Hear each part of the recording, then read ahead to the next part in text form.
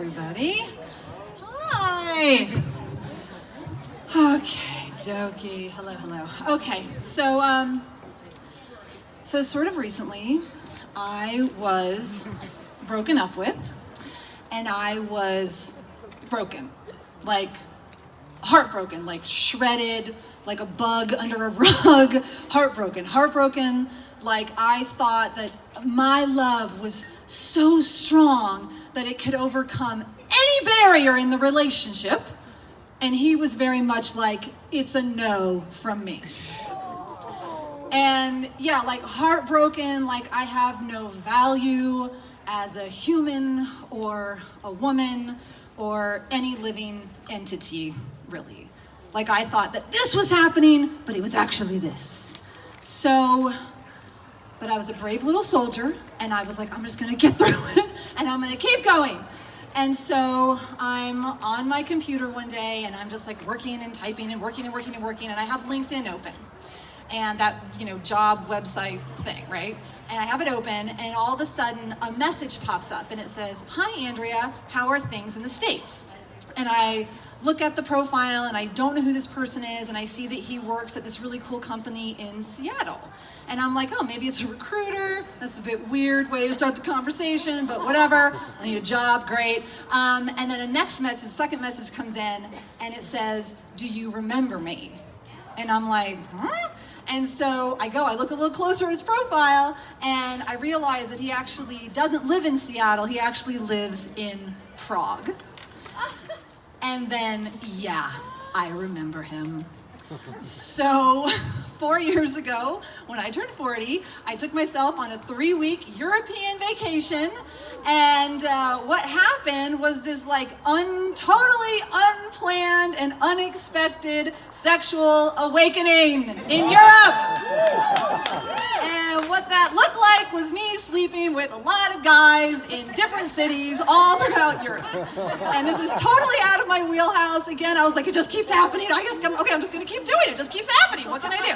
So, anyhow, and it was romantic and beautiful and gorgeous and fun and sexy, and then I actually had a lot of healing from my past, like sexual healing from my past through this experience. So when I got back from that trip, I got back to the States, I wrote a solo show about it called Sexy Mouse, and I performed it, and that was it. So this man, who's now messaging me out of nowhere, is from that trip. He was one of the dudes in Prague.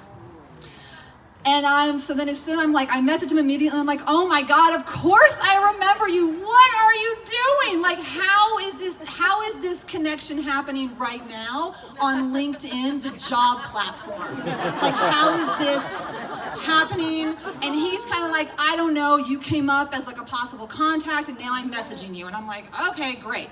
And then he starts reminiscing about the evening that we had together and how he remembers the connection fondly. And then I'm like, I feel like I gotta tell him about that show. I was like, I think he might get a kick out of it. I'm like, I'm just gonna tell him. So I'm like, Sexy Mouse, Sexual Awakening, Europe, men, blah, blah, blah, send, right? And he loves it. He's totally flattered. He's like, oh my God, I'm so glad I got to be a part of that. That sounds amazing. And then we're sort of chatting back and forth through LinkedIn, and I'm like, what did I actually say about him in the show? So while we're chatting, I go to the script.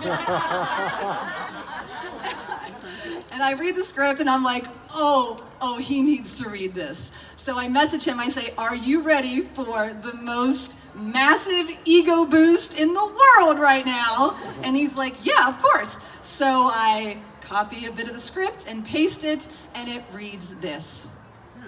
In the 7th grade, we studied the Greek gods. And even at the age of 11, when I saw the statues of Adonis and Apollo, I was like, I think that might be a really attractive statue. This is what he looks like. A better way to describe him as sexy as fuck. And I just don't really use that phrase ever, but in this case, it could not be more accurate. So cut to, back at my Airbnb, his maneuvers are a combo of intensity mixed with vulnerability, sweetness with a tinge of Dothraki. And here I am, this nerdy, not really sure if I even know what I'm doing sexually woman, and here he is, this talented Adonis with a giant penis in Prague. As we sleep and he holds me, I make a mental note. I have never had sex like this, and I don't know if I ever will again. Sexy as fuck. Send. On LinkedIn. And of course, he's totally flattered even more, and he's like, holy shit! He's like, because he's being shy about it. He's like, I think I'm just a regular guy. I'm like, you were not, just accept it. And I'm having a really fun time sharing the script with him and the journey and kind of how he impacted me, and also just giving him these compliments. And then he goes into more detail about how we were like holding hands in the evening, and then he couldn't really get any work done the next day. And then apparently I gave him the nickname, the Rough Gardener.